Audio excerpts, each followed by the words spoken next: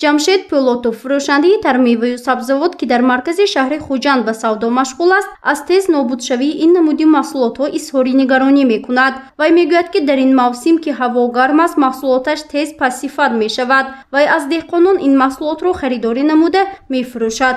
با این وسیله روزگارش را پیش میبرد، اما گرمی هوا به سودا و صفت محصولات تأثیر خود را میگذارد که نسبتا ضرر میبیند، زیرا مهلت نگهداری ترمیوه و سبزوات ها 24 ساعت است، اما اگر هوا سالخن‌تر آید 48 ساعت میگردد. خب من اینجا محصولات وی میبرم، مثلا آفتاب تاباور، شکر سیب، شفتالو، بنان، اینا تاباور آفتابه. مثلا پمیدور. مهلت نگهداری همین چند وقت عموما؟ خب یک روز تا 2 روز تاب ببرم، بعد همین قدر. گرمی هوا اساساً دوامی 2 هفته آخر به نظر می رسد. این حالت به ترمیوه و سبزوات محصولات های گوشتی شیری در عموم تیز نابود شونده تأثیر جدی می رساند، زیرا در هوای گرم به فروش گذاشتن این یا آن نمودی محصولات به خصوص ترمیوه ها نازکتر است. چندی از فروشندگان تربوز و خربوزه در موضع میکروناحی 34 شهر خوجند هنگام صحبت با ما گفتند که در پی این گرمی ها برای نگهداری تربوز و خربوزه ها جای سالخن و یا اینکه سایه میکوبند، زیرا در هوای گرم ایستادن این نمودی میوه باعث ویران شدن صفتی آن میگردد. دهقانان از آن نگرانی میکنند که سال جاری بنابر بلند شدن نمناک حاصل مخصوصا خربوزه خیلی کم شده است. از این سبب نرخش هم گران می باشد. بر ضمن این حالا فروختن آن هم تا جای مشکلی را پیش آورده است، زیرا در این گرمی هوا صفتش تیز نابود می شود. پلاتکن میزنیم، آب میزنیم اینجا را. حرارت هوا چقدر بلند شود اگر دیگه اول پلاتکن میکشیم سایه کرده آب زده تازگی میکنیم پاک کرده رسیم. این خربوزه دائم سالخنی به نگاه میدارد، 25 گرادوس باشد گرمی بعد طاقت میکند. 27 آمد دوجیم خوش وایش میگذاره، مزهش ویران میشد. تا 27 گرادوس نگاه داشتن نقض میشد افتوبر. 25 گرادوس زیاد شد یوجه قوتش گم میشد، مزهش جوجه ویران میشد لذت. ما همین رنگ روش همین ادرز میزنیم درونش آواز میتیم، ما بکی ویران شده یا ویران شدگیش ما میدونیم.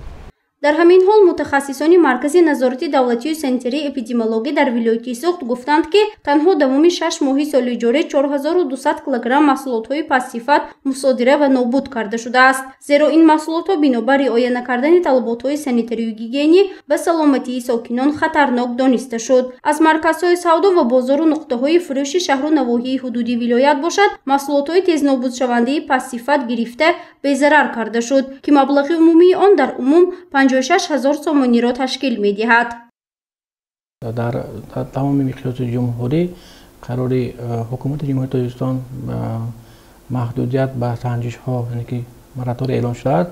البته سنجش ها دایر نمیگردد، تنها کارهای فرماندهی گذراندن مانیتورینگ های اپیدمیولوژی، دادن توصیه ها دستورها با مقصد همین پیشگیری کردن بیماری های معده روده البته رفته شده است. و دیگر سری مسئله این است که البته عین حال اساساً سطح بیمارشوی معده روده البته در بین کودکان خردسال وجود می‌برد. این هم باشد بهره همون رعایت نکردن بهداشت شخصی آنها و البته باز رعایت نکردن بهداشت شخصی از طرف خود مادران که به واسطه کودکان تا 1 ساله یا تا 3 سال البته بیماریت در سن سال در سطح بلند دارد. البته باید خود انمان مادر نسبت بهداری کودک نسبت خوراک سالم باید به انمان فرزند خود توصیه دهند. دایر به این مسئله یعنی محصولات پس‌صفت قرار مخصوص سردختور سانیتری دولتی ولایت سوخت به توصیب رسیده است. قرار مذکور با مقصد پیشگیری حادثه های ناخوش، زهرآلود شوی ساکنان از مواد و محصولات قنادی و شیری، اینچنین گوشتی که باعث بیماری های شدید روده معده میگردد به امضا رسید. اطلاع داده شد که حالا موسم خروج بیماری های روده معده بوده، ساکنان را ضرور است که هنگام استعمال غذا و محصولات ها احتیاطکار باشند. به کودکان خردسال نیز استعمال هر گونه ترمیوه ها و محصولات های تیز نابود شونده اجازه داده نمی شود. همچنین از ساکنان دعوت به عمل آورده می شود که ҳангоми ошкор кардани пассивитии ин ё он намуди маҳсулот ва муҳлати истеъмолаш гузашта ҳатман ба кормандони маркази назорати давлатию санитарии эпидемиологӣ хабар диҳанд то пеши роҳи паҳншавии бемориҳо гирифта шавад. ман ба сокинони вилоят тавсия медиҳем ки бо назардошти фасли гармои сол талаботи аҳолӣ ба обҳои ташнашиканд ва дигар афшураҳо зиёд мешавад. Инчунин истифодаи меваҳои тару тозае ки имрӯз ба савдо гузошта шуда албатта бояд пеш аз истеъмол албатта ба беҳдошти шахсии ҳар як худ бояд риоя кунанд ва он маҳсулотҳое ки бояд истеъмол кунанд маҳсулотҳое ки хусифат бошад беиллат бошад ва пеш аз истеъмол албатта бо қоидаҳои санитарии гигиенӣ шустан баъдан истеъмол намуданро мо тавсия медиҳем ва бевосита ҳангоми ошкор шудан яъне ки муайян намудани иллатнокии маҳсулот ҳангоми харидорӣ ё ки пассиват будани онҳо метавонанд дар ҳамкорӣ бо сохтори санитарии эпидемиологии вилоят баҳри саривақт пешгирӣ намудани ҳодисаҳои нохуш аз ҷумла бемориҳои меъдои рӯда ва бемории ғизоӣ ҳамкорӣ намоянд ва мо дар ҳамон лаҳза метавонем 1% яъне ки пешгирӣ намоем ин ҳодисаҳоро. бино ба иттилои масъулин ҳоло истеҳсолу фурӯши маҳсулотҳои тезнобудшаванда ба монанди маҳсулоти ширӣ гӯшти қаннодӣ консерваҳои хонагӣ фурӯши гӯшти қимма ва нӯшокиҳои ташнашикан зери назорати доимии мутахассисон қарор дорад зеро аз ин пеш ҳам маҳз аз ҳисоби дар хона тайёр шудани консерваҳо бемориҳои хавфнок ба қайд гирифта шуда буд. молочный овқатҳои хӯрда накард субук овқатҳои алафҳои мунтар хӯрда накард.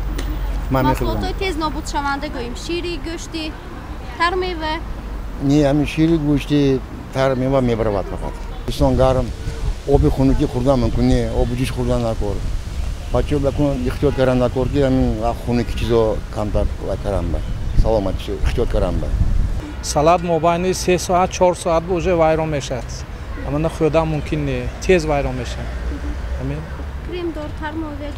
ин тортам ҳозир тортҳои кремдор ҳай ва уже хӯрдан ваям тез вай мешавад хӯрдан опасне. ҳавои гарм ба маҳсулотҳои тезнобудшаванда истифода мебаред? Не маҳсулотҳое ки просроченные хӯрда намешавад.